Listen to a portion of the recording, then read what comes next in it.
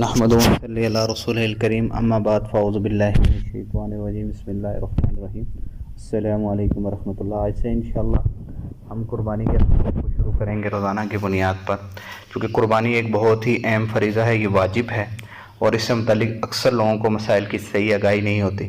تو ہم ویسے تحریراً بھی اس کا شروع کیا تھا، تو بعد میں ارادہ ہوا کہ اس کو آڈیو کی شکل میں بھی شروع کیا جائے، چونکہ بسا اوقات تحریر کی صورت میں بولنا زیادہ لوگوں کو سمجھ میں آتا ہے، تو اس لیے ہم نے آڈیو میں بھی یہ طریقہ شروع کیا۔ سب سے پہلے یہ ہے کہ قربانی کی اہمیت، یعنی کہ قربانی کا فلسفہ کیا ہے، قربانی شروع کہاں سے ہوئی، تو اس میں یہ ہے کہ قربانی جو ہے وہ حضرت آدم علیہ السلام سے شروع ہوئی اور نبی کریم صلی اللہ علیہ وسلم تک یہ باقی رہی۔ لیکن یہ ہے کہ ہر ایک امت کا جو ہے وہ اپنا اپنا ایک طریقہ ہوا کرتا تھا، ہر گروہ کا، اور حضرت ابراہیم علیہ السلام پر آ کر اس نے ایک مخصوص شکل اختیار کی، چونکہ انہوں نے اپنے بیٹے کو جب قربانی کے لیے پیش کیا تو وہاں سے ایک مخصوص شکل اختیار کر گئی قربانی۔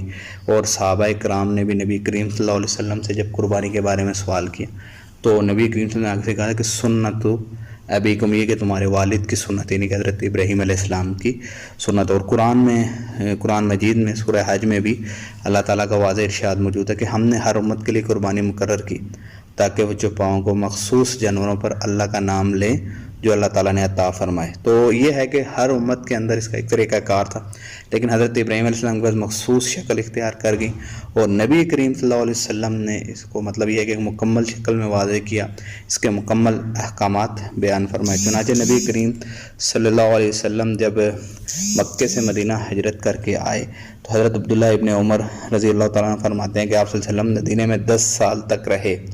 اقام رسول اللہ صلی اللہ علیہ وسلم بالمدینہ 10 سنین یزخی، کہ آپ 10 سال تک رہے، جامع ترمذی کی روایت ہے، 10 سال تک رہے اور وہاں پر آپ مستقلاً جو ہے وہ قربانی وہاں پر کرتے رہے۔ یہ ایک قربانی کی مطلب یہ ہے کہ یہاں پر قربانی کی ایک اہمیت کی طرف اشارہ ہوتا ہے کہ نبی کریم صلی اللہ علیہ وسلم جتنا سال بھی آپ زندہ رہے تو مستقل آپ قربانی کرتے رہے۔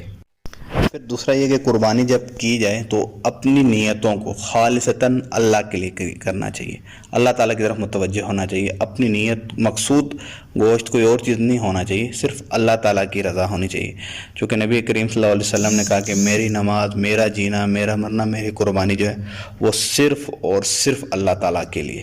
تو لہذا قربانی کرنے سے پہلے انسان اپنی نیت کو خالص کر لے کہ نیتاً یہ جو نیت ہے میری قربانی کی خالصتاً جو ہے وہ اللہ کے لیے ہے۔ یہ تو تھا قربانی کی اہمیت، قربانی کی نیت، اور یہ ہے کہ قربانی جو خالصتاً اللہ کے لیے ہونی چاہیے۔ پھر یہ ہے کہ قربانی جو ہے وہ واجب ہے، اس کا بھی واضح ثبوت جو ہے قرآن مجید میں بھی موجود ہے۔ چنانچہ قرآن مجید کی آیت ہے فَصَلِّ لِرَبِّكَ وَانْحَرْ، یعنی کہ نماز اللہ کے لیے پڑھیں اور قربانی کریں۔ نہر قربانی کو کہتے ہیں۔ تو مشہور مفسر قاضی ثناء اللہ پانی پتی رحمۃ اللہ اس آیت کے تحت لکھتے ہیں کہ فَصَلِّ لِرَبِّكَ وَانْحَرْ سے مراد صلاۃ العید ہے اور نہر سے مراد یہاں پر جو ہے وہ قربانی ہے۔ چنانچہ نہر نماز عید کی اور قربانی جو ہے وہ دونوں جو ہیں واجب ہیں۔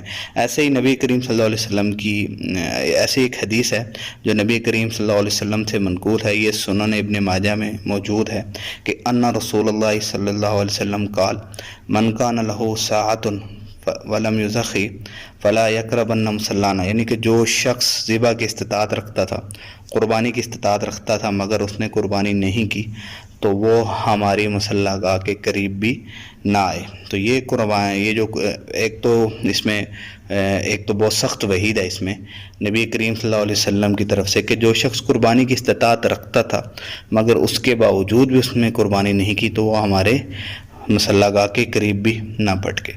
اب اس میں اس حدیث شریف میں ساعتن کا لفظ استعمال ہوا ہے، اس سے مراد گنجائش ہے۔ تو اس میں یہ ہے کہ قربانی کس شخص پر واجب ہوگی، اس میں تو سب سے پہلی کچھ شرائط ہیں۔ اس میں سب سے پہلے کہ انسان مسلمان ہو، دوسرا یہ ہے کہ آزاد ہو، تیسرا یہ ہے کہ صاحب نصاب ہو، چوتھا یہ ہے کہ وہ مقیم ہو۔ اگر ظاہری بات ہے کہ اگر مسلمان نہیں ہوگا، کافر ہوگا تو اس پر قربانی نہیں ہے، غلام ہوگا تو اس پر قربانی نہیں ہے، اسی طرح صاحب نصاب نہیں ہوگا اس پر قربانی نہیں ہے، ایسے مسافر ہوگا تو اس پر قربانی نہیں ہے۔ لہذا مسلمان، آزاد، صاحب نصاب اور مقیم ہو تو اس پر جو ہے وہ قربانی واجب ہوگی۔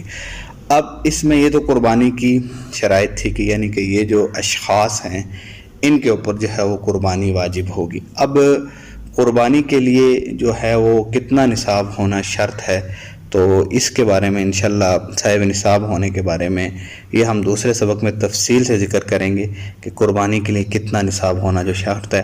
آج ہمارا پہلا سبق مکمل ہوا۔ السلام علیکم ورحمۃ اللہ۔